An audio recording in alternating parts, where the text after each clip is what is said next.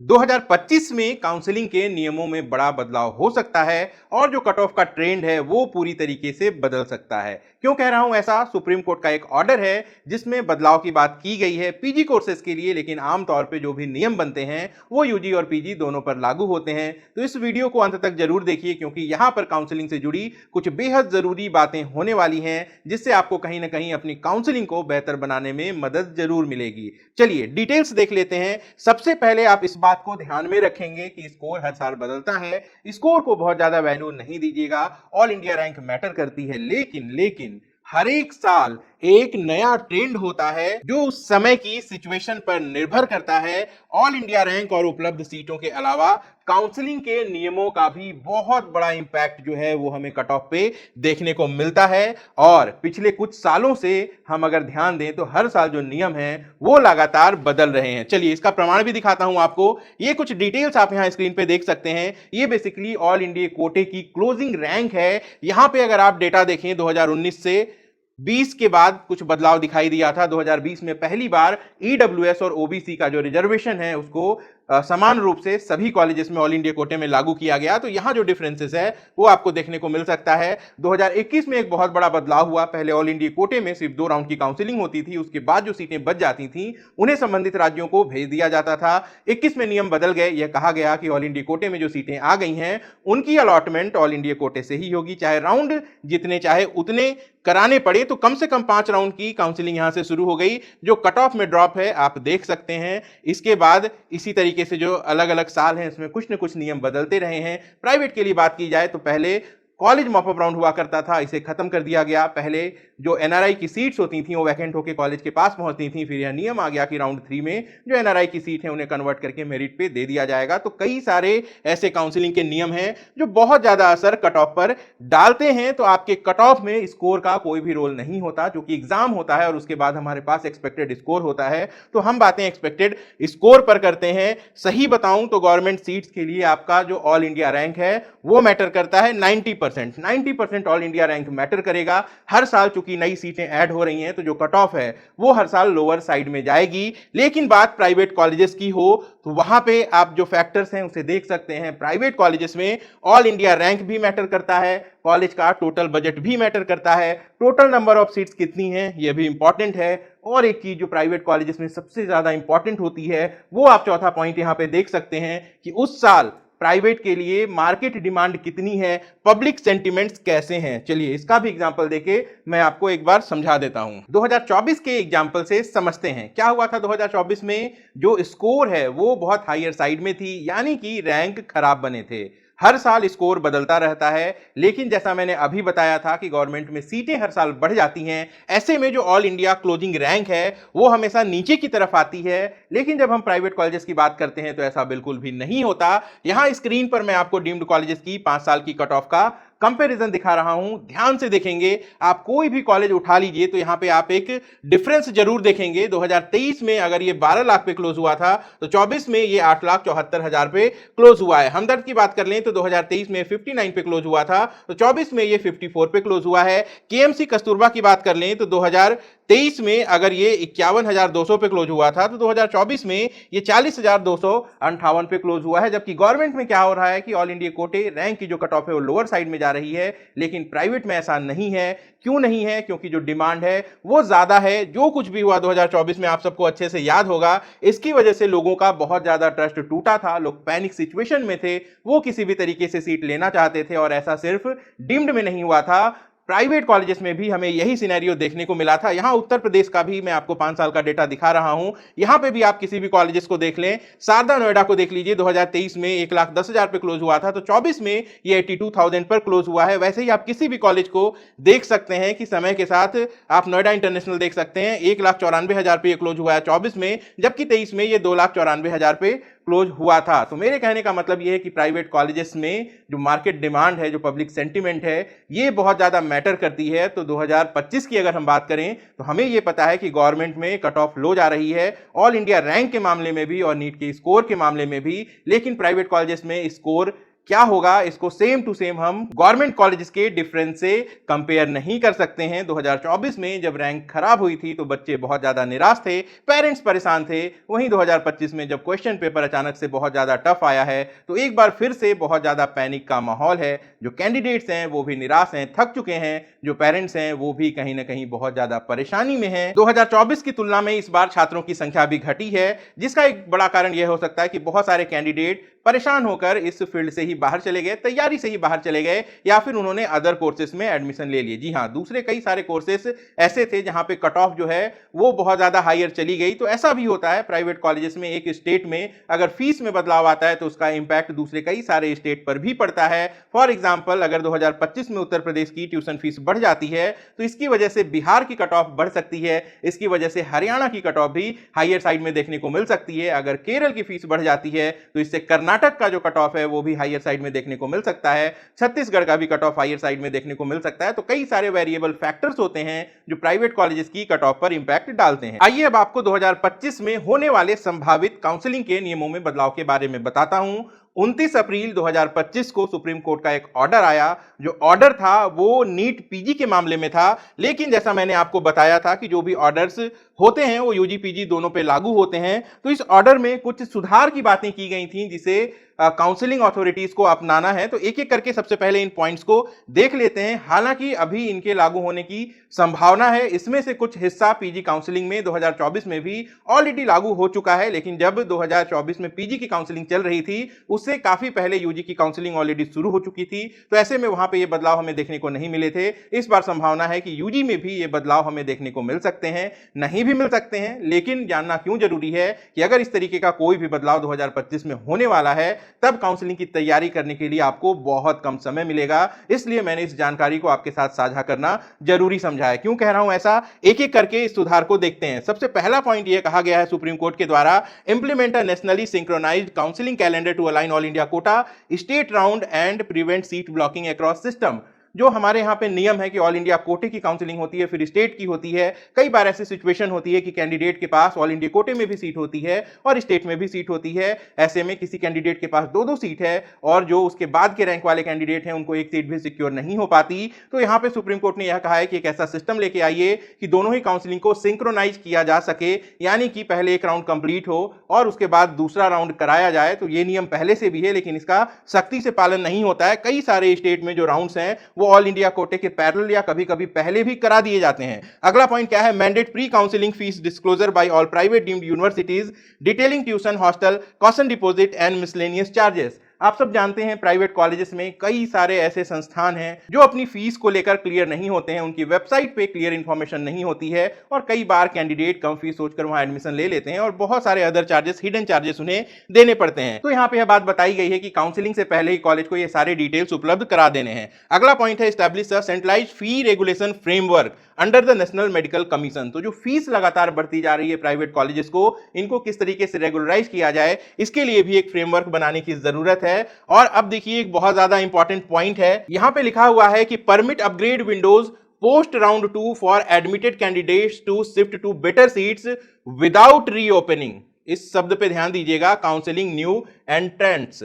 अब यहां पे कहा जा रहा है कि राउंड 2 के बाद भी आप अपग्रेडेशन की सुविधा दीजिए, क्योंकि जिनका रैंक बेटर है वो बेटर कॉलेजेस तक पहुंच सकें। खैर, राउंड 2 से राउंड 3 में अपग्रेडेशन अभी भी मिलता है। हो सकता है कि इस अपग्रेडेशन को और आगे तक ले जाने की बात की जा रही हो, लेकिन एक बात जिस पे सबसे ज्यादा आपको ध्यान देनी है, जिसका सबसे बड़ा इंपैक्ट पड़ेगा, वो यहां पे ये लिखा हुआ है, without reopening counselling to new entrants. यही बदलाव पीजी में 2024 में लागू हुआ था। जितनी भी स्टेट काउंसलिंग हुई है वहां पे सिर्फ राउंड 1 से पहले रजिस्ट्रेशन हुए हैं, राउंड 2 में फिर रजिस्ट्रेशन नहीं हुआ है, 3 में भी नहीं हुआ है। इसके बाद जब स्टे राउंड हुआ है तब वहां पे रजिस्ट्रेशन कराया गया है। तो कुछ कुछ स्टेट अभी भी हमारे यहाँ यूजी में ऐसे हैं जहां पे राउंड 1 के बाद रजिस्ट्रेशन नहीं होते, कुछ में ऐसा है कि राउंड 1 के बाद 3 में होते हैं और कई सारे ऐसे स्टेट हैं जहां पे हर एक राउंड में रजिस्ट्रेशन होते हैं। तो ये एक बदलाव है जो 2025 में हमें देखने को मिल सकता है। बाकी के कुछ पॉइंट्स हैं जो पीजी से संबंधित हैं, तो हम उनके बारे में बात नहीं करेंगे, हम इस पॉइंट को लेकर आगे चलते हैं। और एक बात यहां पे लिखी गई है कि आधार बेस्ड सिस्टम डिजाइन किया जाए जिससे सीटें ट्रैक की जा सकें कि कहीं किसी के पास मल्टीपल सीट्स तो नहीं है। और कुछ कुछ यहां पे सुधार हैं, जैसे यहां पे इस बात को लिखा गया कि एक थर्ड पार्टी ओवरसाइट कमिटी बनाई जाए जो डेटा ट्रेंड को एनालिसिस करे और ये देखे कि वहां पे कोई गड़बड़ी तो नहीं हो रही है। इसके अलावा एक यूनिफॉर्म काउंसलिंग कंडक्ट के बारे में बात की गई है कि जो काउंसलिंग के नियम हर एक राज्य में बदलते रहते हैं, उनको किसी भी तरीके से बैलेंस किया जाए, एक जैसा जो नियम है उसे लेकर आया जाए, जिससे छात्रों को बहुत ज्यादा कंफ्यूजन ना हो। चलिए अब सीधे बात करते हैं कि इसका इंपैक्ट क्या होने वाला है। अगर गवर्नमेंट कॉलेजेस की बात करें तो इस पे बहुत ज्यादा इंपैक्ट नहीं होगा। क्यों नहीं होगा? क्योंकि गवर्नमेंट में जब आप ट्रेंड देखेंगे तो राउंड 1 के बाद 2 की कट ऑफ लोअर साइड में होती है, 2 के बाद 3 की कट ऑफ और लोअर साइड में होती है, और जैसे जैसे राउंड आगे बढ़ते हैं कट ऑफ लोअर जाती है। लेकिन प्राइवेट में इसका जस्ट उल्टा होता है। प्राइवेट में क्या होता है, राउंड 1 में ही हमें डीम्ड में, उत्तर प्रदेश में या दूसरे कई राज्यों में आपको सबसे लो कट ऑफ देखने को मिलती है, 2 में वो हाइयर हो जाती है और 3 में और ज्यादा हाइयर हो जाती है, एंड सो ऑन। तो अगर इस तरीके का नियम आ जाता है कि आपको रजिस्ट्रेशन का मौका सिर्फ राउंड 1 में मिल रहा है, राउंड 2 और राउंड 3 में फ्रेश रजिस्ट्रेशन नहीं होगा, तो इसका जो सबसे बड़ा इंपैक्ट है वो ये होगा कि जो कट ऑफ है राउंड 2 और 3 की वो लो चली जाएगी। लेकिन इसका एक रिवर्स इफेक्ट भी होगा कि जो बच्चे रजिस्ट्रेशन करने से चूक गए होंगे वो क्या करेंगे, वो सीधे आएंगे स्टे राउंड में, और स्टे राउंड में जो कट ऑफ है वो बहुत ज्यादा हाई चली जाएगी। एक बार इसको हम एग्जांपल से भी समझ लेते हैं। आपके सामने यहां देखेंगे डीम्ड कॉलेजेस की 2024 की कट ऑफ है। यहां पे अगर आप ध्यान देते हैं, गीतम की ही बात कर लीजिए, राउंड 1 में 8,74,000 रैंक था, राउंड 2 में ये 585 होता है, राउंड 3 में 356 होता है,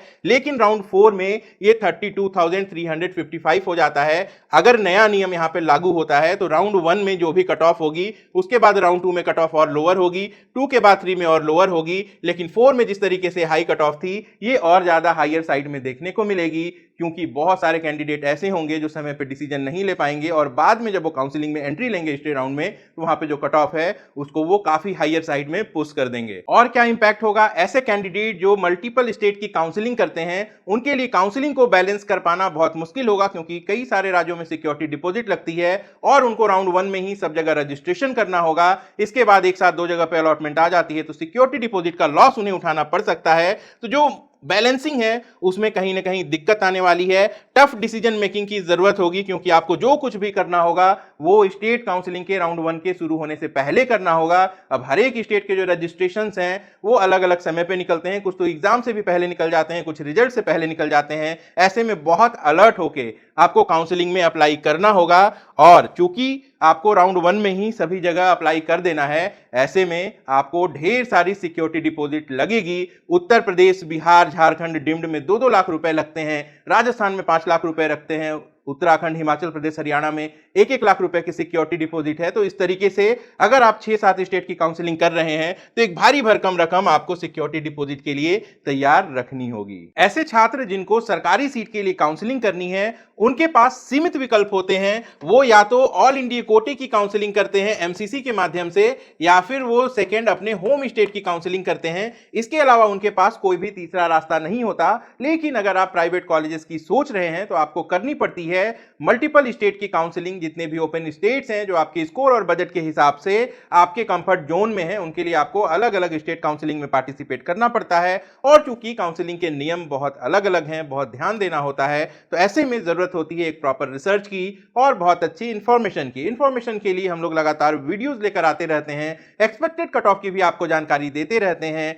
कई सारे दूसरे ऐसे चैनल्स हैं जो बहुत मेहनत करते हैं और वो भी बहुत क्लियर और क्लीन इंफॉर्मेशन देते हैं। लेकिन YouTube है, यहाँ पे हर कोई अपने विचार रख सकता है। और बहुत दुर्भाग्य की बात है, मैं देख रहा हूं जब से नीट का एग्जाम हुआ है, कई सारे चैनल्स ऐसे हैं, कुछ काउंसलर्स हैं और कुछ तो टीचर्स हैं जिनका मुख्य काम पढ़ाना है, लेकिन अपने स्वार्थ के लिए वो किसी भी हद तक जाने के लिए तैयार हैं। एक से एक डेटा इंटरप्रिटेशन लेकर आते हैं और जो कट ऑफ है उसके बारे में तरह तरह की बातें करते हैं। ध्यान दीजिएगा, जब तक रिजल्ट नहीं आ जाता तब तक कोई भी साइंटिफिक आधार होता ही नहीं है आपके स्कोर पे रैंक को गेस करने का। जब एग्जाम हुआ था, आप बच्चों से मैंने फीडबैक ली तो उस समय जितनी बातें समझ में आई थी, मैंने भी एक्सपेक्टेड स्कोर उस समय 600 कह दिया था। लेकिन आपको एक बात भी बताई थी कि जो ऑल इंडिया रैंक है उसे कंसीडर करिएगा, उसी के सही होने के चांसेस ज्यादा हैं। बाकी स्कोर कोई भी प्रेडिक्ट नहीं कर सकता।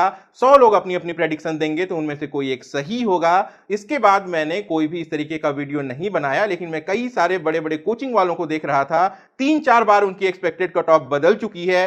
कहीं ना कहीं मुझे ऐसा लगता है कि वो बच्चों की भावनाओं के साथ खिलवाड़ कर रहे हैं। कुछ लोग घटते घटते 480, 450, कुछ तो 433 तक पहुंच गए हैं और वो ये दावा करते हैं कि ये सिर्फ एक्सपेक्टेड कट ऑफ नहीं है, यही फाइनल रिजल्ट है। बहुत आश्चर्य होता है लोगों के इस कॉन्फिडेंस को देखकर। कुछ लोग पेपर पे साइन करके सीट अलॉट कर दे रहे हैं, कुछ लोग 2-2, 3-3 घंटे लाइव आकर कॉलेज आपको एग्जैक्ट प्रेडिक्ट करके बता रहे हैं। बिल्कुल सावधान रहिएगा, ऐसे में सिर्फ और सिर्फ आपकी भावना आहत हो सकती है। क्यों कह रहा हूं ऐसा? कई सारे वीडियोस आपने नीट एग्जाम के बाद देखे होंगे, मैंने भी देखे हैं। थंबनेल जब देखता हूं तो उस पर लिखी होती है final cut off, real cut off, actual cut off, accurate cut off, official cut off.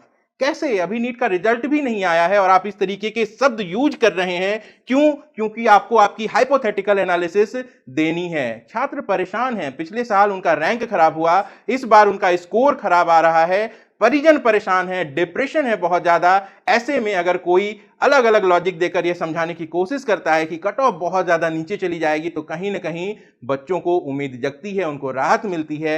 लेकिन रिजल्ट आएगा और उनकी एक्सपेक्टेशन मैच नहीं होगी, तब क्या होगा ये सोचना भी उन लोगों की जिम्मेदारी है जो तरह तरह के डेटा के साथ इस तरीके का गलत दावा करते हैं। कोई भी एक्सपेक्टेड कट ऑफ जब तक आपके पास सॉलिड डेटा ना हो वो एक्यूरेट नहीं हो सकती। बहुत छोटा सा सैंपल होता है, 20-22 लाख बच्चे हैं, कुछ 1000 बच्चों से हम बात कर पाते हैं और उसके आधार पे जो प्रेडिक्शन है वो बता देते हैं। लेकिन याद रखिएगा, प्रेडिक्शन का डेफिनेशन ये प्रेडिक्शन है, ये कभी भी रियलिटी नहीं हो सकती। 10 लोग अलग अलग बात नहीं करेंगे, किसी एक का मैच कर सकता है। ऐसे में जब नीट का रिजल्ट नहीं आया है, जो कट ऑफ हम बात कर रहे हैं ये सब एक्सपेक्टेड है। आपकी ऑल इंडिया रैंक जो हम कैलकुलेट कर रहे हैं ये भी एक्सपेक्टेड है। आपका जो स्कोर है आंसर की OMR से पहले तक ये भी एक्सपेक्टेड है। आश्चर्य है, कई लोग डेटा लेकर आते हैं और इतने सारे एक्सपेक्टेड डेटा पे वो आपको कंफर्म जीएमसी बता देते हैं कि फलाना जीएमसी आपको मिल जाएगा, फलाना एम्स आपको मिल जाएगा, मैं पेपर पे साइन कर देता हूं। तो कहीं ना कहीं इस बात से मैं बहुत ज्यादा आहत हूं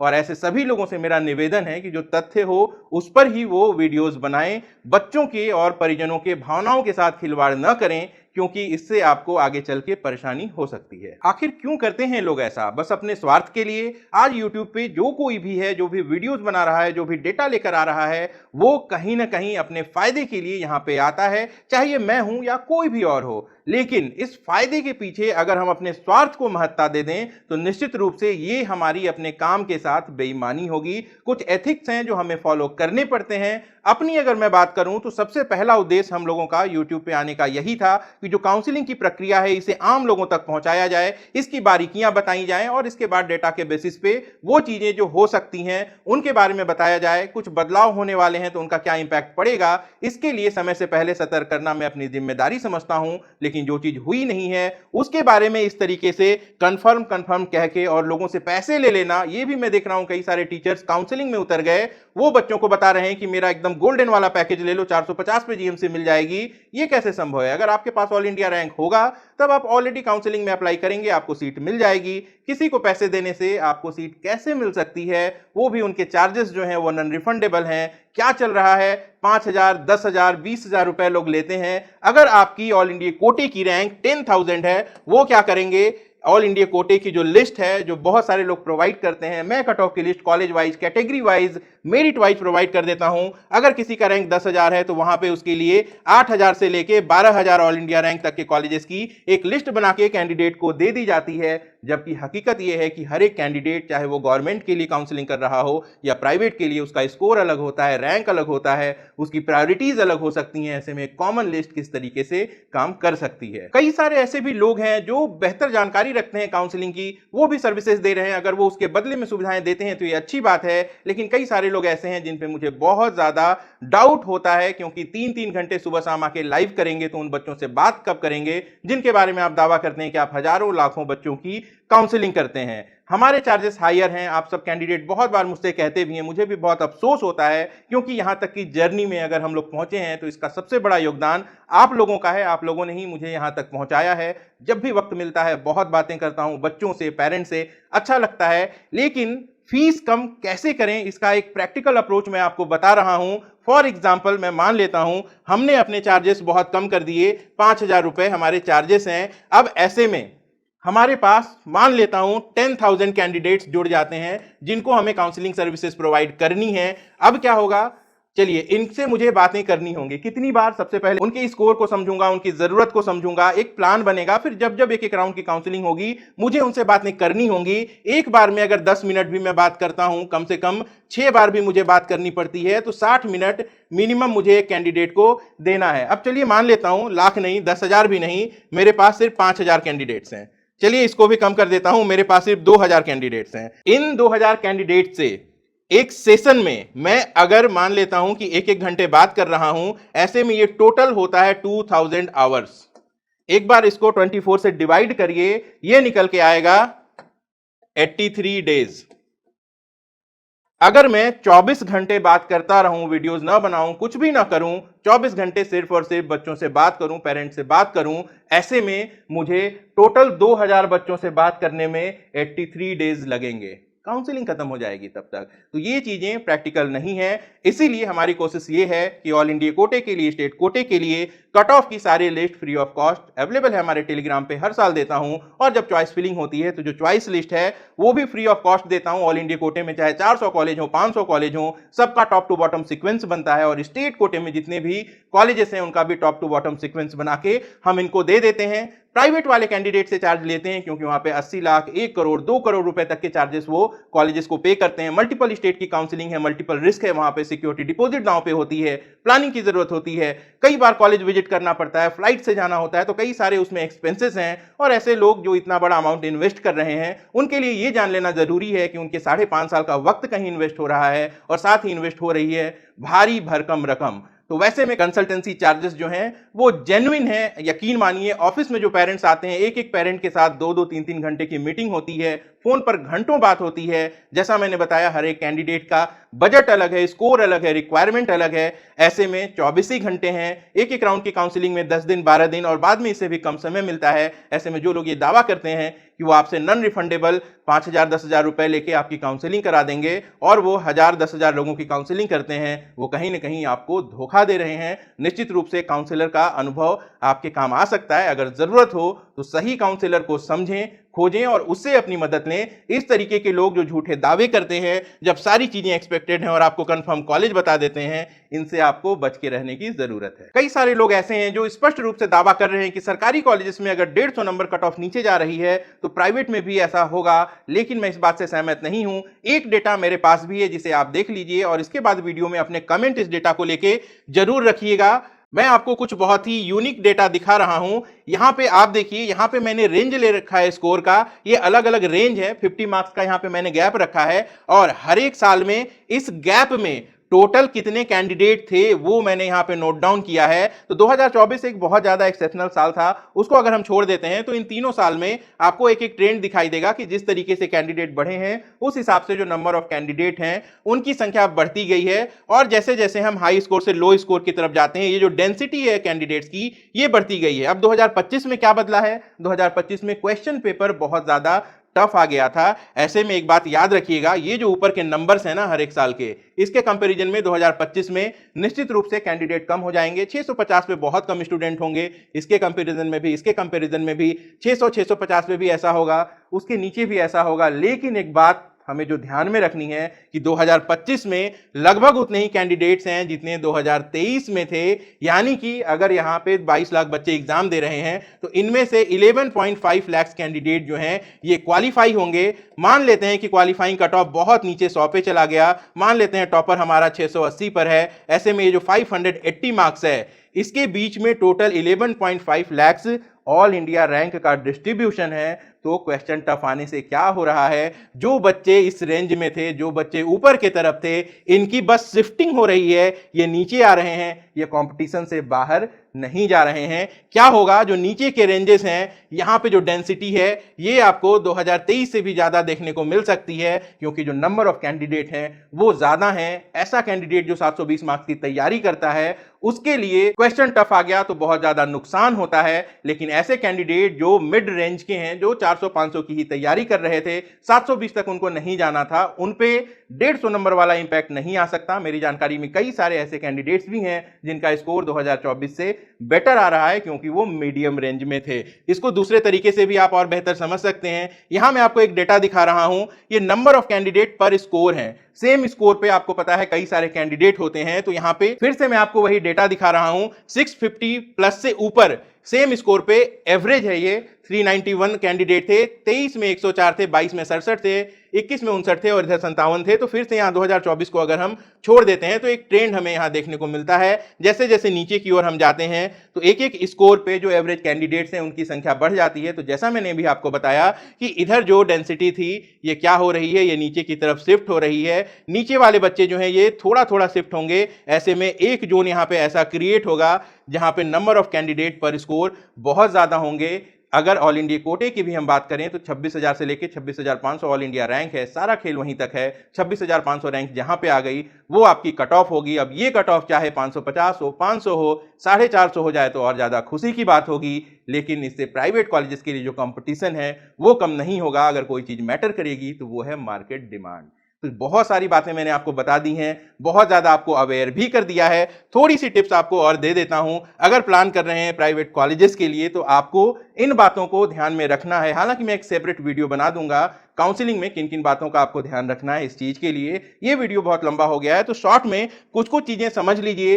प्राइवेट कॉलेज की अगर आप प्लानिंग कर रहे हैं तो सबसे पहले अपना कंफर्टेबल बजट फाइंड आउट करिए। कभी भी बहुत ज्यादा हायर साइड में मत जाइए और कभी भी मजबूर होकर, निराश होकर किसी खराब कॉलेज को मत चुनिए। करियर है, इससे आगे भी पढ़ाई करनी है। ऐसे में जो बजट है ये बहुत ज्यादा इंपॉर्टेंट है। कई सारे लोग प्रॉपर्टी बेचते हैं, कर्ज लेते हैं, तो इतनी ज्यादा परेशानी उठाने की भी जरूरत नहीं है। कई सारे दूसरे विकल्प भी हैं, आप कोर्स भी चेंज कर सकते हैं या फिर ड्रॉप भी ले सकते हैं। इसके बाद टोटल कितने पॉसिबल कॉलेज ऑप्शंस हैं as per your score and budget, इसकी लिस्टिंग आपको सबसे पहले तैयार कर लेनी है। अगर आप चाहें तो एक से ज्यादा स्टेट के लिए प्लान जरूर करें। कई बार हम एक स्टेट के भरोसे बैठे होते हैं क्योंकि उस स्टेट में पिछले बार कट ऑफ कम गई थी, लेकिन अगर उसकी कट ऑफ हाई चली जाए तब तक दूसरे स्टेट की काउंसलिंग छूट जाती है। तो अगर आपको अपने चांसेस मैक्सिमाइज करने हैं तो आपको मल्टी स्टेट काउंसलिंग करनी चाहिए। इसमें आप मैक्सिमम स्टेट सेलेक्ट कर लें, मैक्सिमम ऑप्शन सेलेक्ट कर लें अपने कंफर्ट जोन के हिसाब से और बी प्रैक्टिकल।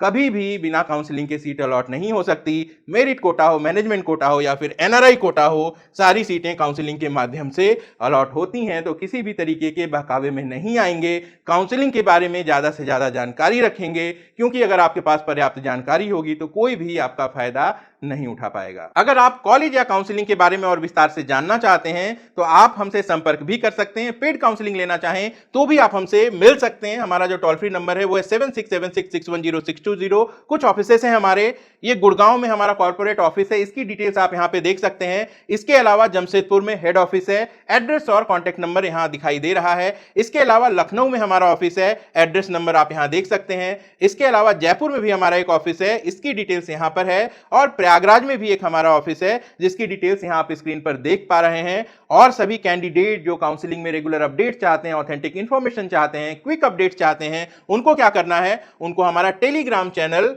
ज्वाइन कर लेना है। इसी चैनल पे मैं आपको ऑल इंडिया कोटे की कंप्लीट लिस्ट दे दूंगा। बिना कोई पैसे खर्च किए आप आसानी से गवर्नमेंट कॉलेज की काउंसलिंग कर पाएंगे। आशा करता हूं ये जानकारी आपको पसंद आई होगी। वीडियो को लाइक करके अपना प्यार जरूर दिखाइएगा। अच्छी अच्छी जानकारी लेकर मैं आपके सामने आता रहूंगा। अपना और अपनों का खूब ख्याल रखिएगा। मैं जल्द मिलता हूं। नमस्कार, जय हिंद।